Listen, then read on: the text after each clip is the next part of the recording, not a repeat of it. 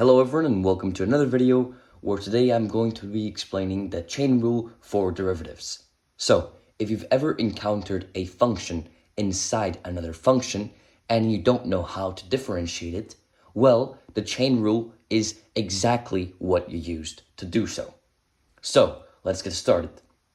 The chain rule is used to differentiate composite functions, meaning functions where one function is nested inside another, like an example that we saw in our previous video of f of g of x. This is a composite function, and let's just make it easier by using substitution in order to understand things. So, our original, or the normal one, would be f of x. However, in this case, we have f of g of x, and this is a function inside another function. It is not simply a variable. So, we need to apply our chain rule. And we do this usually by just calling our inner function u. This is our u. So what we do here is we find f of u, and then we have to multiply this by u prime, which would be basically the same as f of g prime of x multiplied by g prime of x. F of g of x multiplied by g prime of x. This is because we have a composite function, and you need to do this in order to respect the derivative rule. So in the end, what you get when deriving f of g of x, this is our y, our derivative y prime would be f of g of x times g prime of x. Let's practice the chain rule with several examples. So we know that if we have y equal to square root of x, applying the general format that we learned, this is going to be derived as 1 over 2 times square root of x.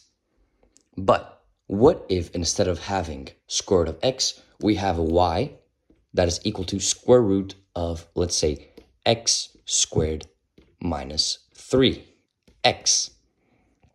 How would we derive this? Well, this is not simply this. Y prime is equal to 1 divided by 2 square root of x squared minus 3x. This derivation would be wrong.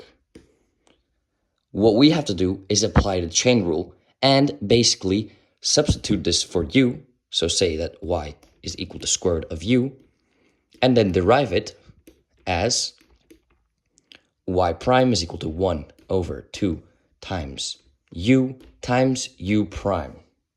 So let's just do it.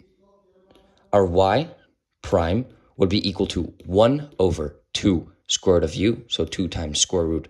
Our u is equal to x squared minus 3x, x squared minus 3x. This remains the same, but then we multiplied by u prime. For u prime, we just have to derive this, which is simple as we have done in other exercises. That is 2x minus 3. So our final derivative function is 2x minus 3 divided by 2 times square root of x squared minus 3x. And that is going to be the derivative of our function. Another example is the following.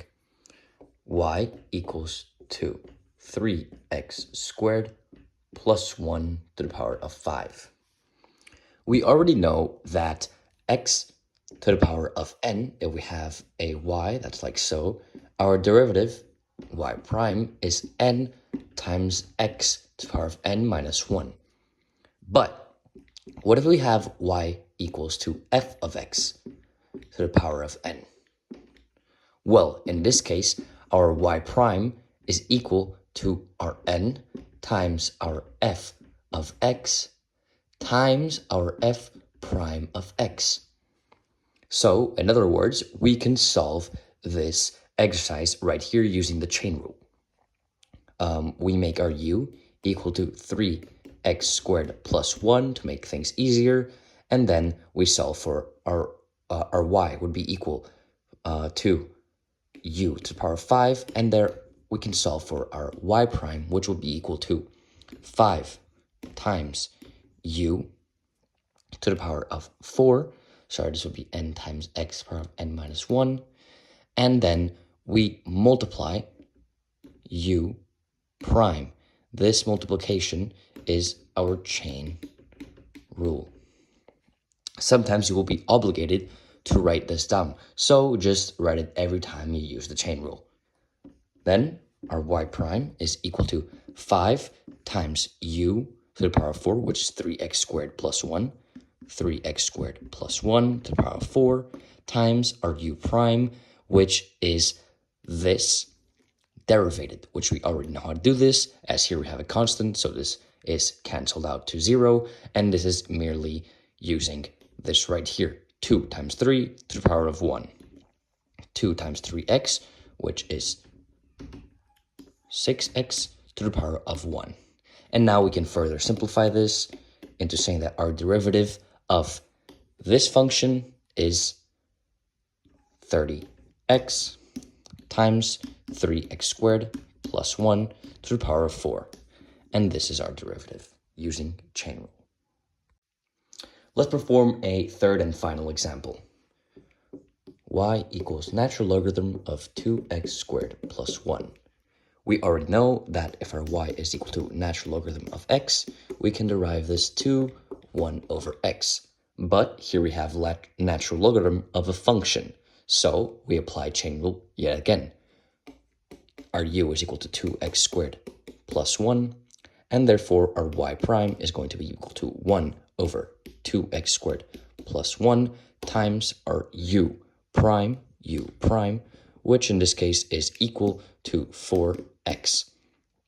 So we have that y prime is equal to 4x over 2x squared plus 1. And that is our final result for the derivative of this function.